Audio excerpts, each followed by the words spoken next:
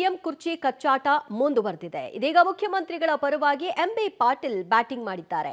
ಮುಂದಿನ 5 ವರ್ಷಗಳ ಕಾಲ ಅಂದ್ರೆ ಮುಂದುವರೆದ 3 ವರ್ಷಗಳು ಸೇರಿದಂತೆ ಒಟ್ಟು 5 ವರ್ಷಗಳು ಸಿದ್ದರಾಮಯ್ಯನವರೇ ಸಿಎಂ ಆಗಿ ಮುಂದುವರಿತಾರೆ ಅಂತ ಹೇಳಿಕೆ ಕೊಟ್ಟಿದ್ದಾರೆ.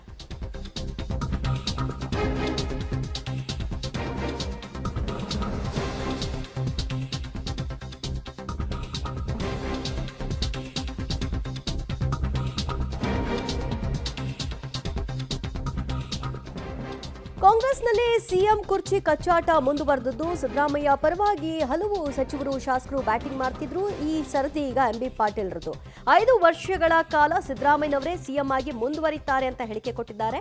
ಹೊಸಪೇಟೆಯಲ್ಲಿ ಎಂಬಿ ಪಾಟೀಲ್, ಸಚಿವರು ಶಾಸಕರು ಕೂಡಿ ಊಟ ಮಾಡಿದ್ರೆ ಏನು ತಪ್ಪಿಲ್ಲ, ಒಮ್ಮೊಮ್ಮೆ ನಾನು ಸಹ ಬೊಮ್ಮಾಯಿ ಜೊತೆಗೆ ಊಟ ಮಾಡ್ತೀನಿ, ಹಾಗಂತ ಅದಕ್ಕೆ ಬೇರೆ ಅರ್ಥವನ್ನ ಕಲ್ಪಿಸೋದಕ್ಕೆ ಆಗತ್ತಾ ಅಂತ ಪ್ರತಿಕ್ರಿಯಿಸಿದ್ದಾರೆ. ಹೊಸಪೇಟೆಯಲ್ಲಿ ಈ ಕುರಿತಾಗಿ ಸಚಿವ ಎಂಬಿ ಪಾಟೀಲ್ ಮಾತನಾಡೋ ಮೂಲಕ ಡಿನ್ನರ್ ಪಾಲಿಟಿಕ್ಸ್ ಮತ್ತು ಸಿಎಂ ಕುರ್ಚಿ ಕದನ ಈ ವಿಷಯವಾಗಿ ಏನು ಹೇಳಿದ್ರು ಕೇಳೋಣ. ಈಗ ನಮ್ಮ ರಾಜ್ಯದಲ್ಲಿ ಮುಖ್ಯಮಂತ್ರಿಗಳಾಗಿ ಸಿದ್ದರಾಮಯ್ಯನವರು ಇದ್ದಾರೆ. ಅವರು ಮುಖ್ಯಮಂತ್ರಿಗಳಾಗಿ ಮುಂದುವರಿತಾರೆ. ಮುಖ್ಯಮಂತ್ರಿ ಪ್ರಶ್ನೆ ಉದ್ಭವ ಆಗಿಲ್ಲ. ಈಗ ನಿಶ್ಚಿತವಾಗಿಯೂ ಕೂಡ ಅದು ನಮ್ಮ ಬದಲಾವಣೆ ಯಾರಾದ್ರೂ ನಮ್ಮ ಮಾಡ್ಬೇಕಾಗಿ ನಮ್ಮ ಹೈಕಮಾಂಡ್ ಮಾಡಬೇಕು. ನಮ್ಮ ಕೈ ಯಾರು ಇವತ್ತು ಸಹ ಇದು ಇಲ್ಲ, ನಮಗೆ ಗೊತ್ತಿಲ್ಲ. ಸಿದ್ದರಾಮಯ್ಯ ಹೇಳಿದಾರೆ ನನಗೆ ಗೊತ್ತಿಲ್ಲ ಅಂತ ಹೇಳಿದಾರು. ಆ ಪ್ರಶ್ನೆ ಉದ್ಭವಿಸೋದಲ್ಲ.